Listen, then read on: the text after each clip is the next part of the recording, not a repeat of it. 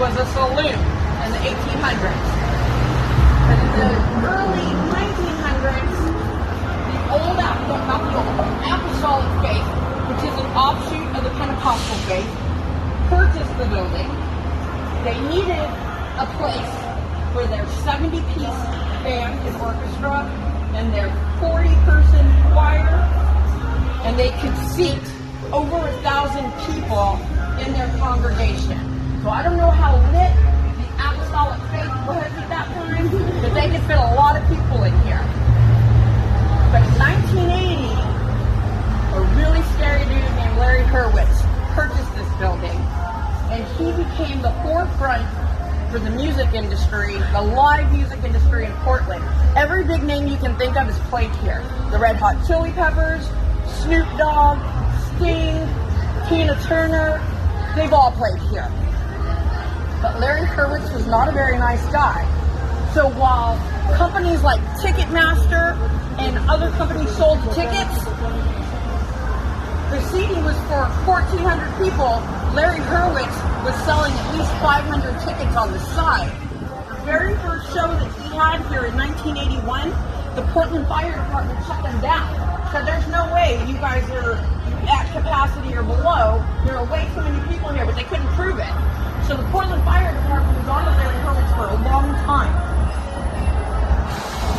His ticket selling came to a head in January of 1990.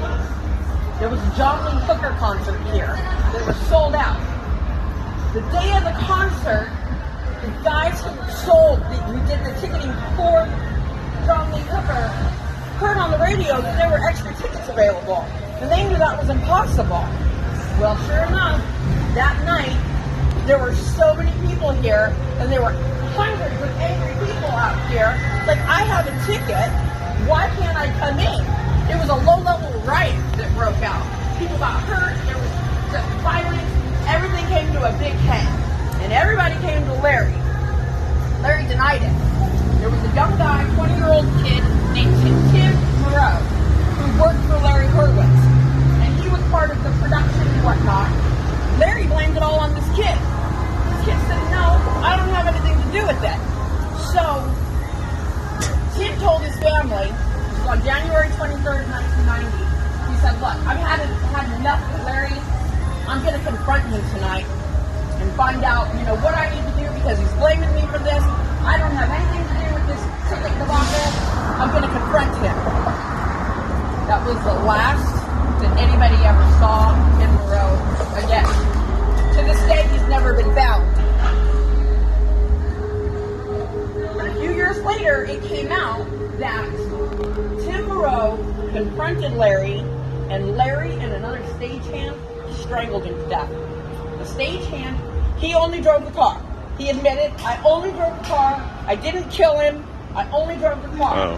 There was another gentleman who admitted, I didn't kill him, I just watched him kill him, but I didn't kill him. Larry Hurwitz, he left, he went to Vietnam, and he was living in Ho Chi Minh City. The club scene was popping there, and he was doing the same thing. When the Vietnam government found out about this, they were like, oh, well, he's suspected of murder. Oh, well, we don't extradite people. But when they found out that he was guilty of tax evasion, they said, that's enough. We're sending him back to the United States. So they sent him back to the United States. He went to court. He was in and out of courts. He spent 2 years in prison. But today, there are many workers who don't want to even work on the stage because there's lights that flicker, there's cords. It always seems to be with a cord. A cord that's winding up a cord, and somebody rips it out. So there were two guys here that were stagehands. One of them, he was winding up the amp cable. And every time he got it wound up, something kept pulling it out. So he thought it was his other stagehand. So he's yelling at him. Next thing he knows, an empty beer can comes flying across the stage. He's alone in this place, and he thought his other stagehand was messing with him. Well, that guy comes busting out of the bathroom. Like, what the hell is going on? And he's like, wait, weren't you just here? Who threw that beer can at me? And he's like, dude, somebody was flickering the lights, and I heard like all sorts of weird noises in the bathroom.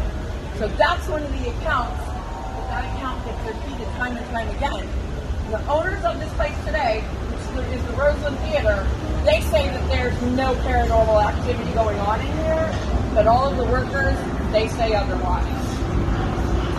So that's the Roseland Theater. All right, bear with me.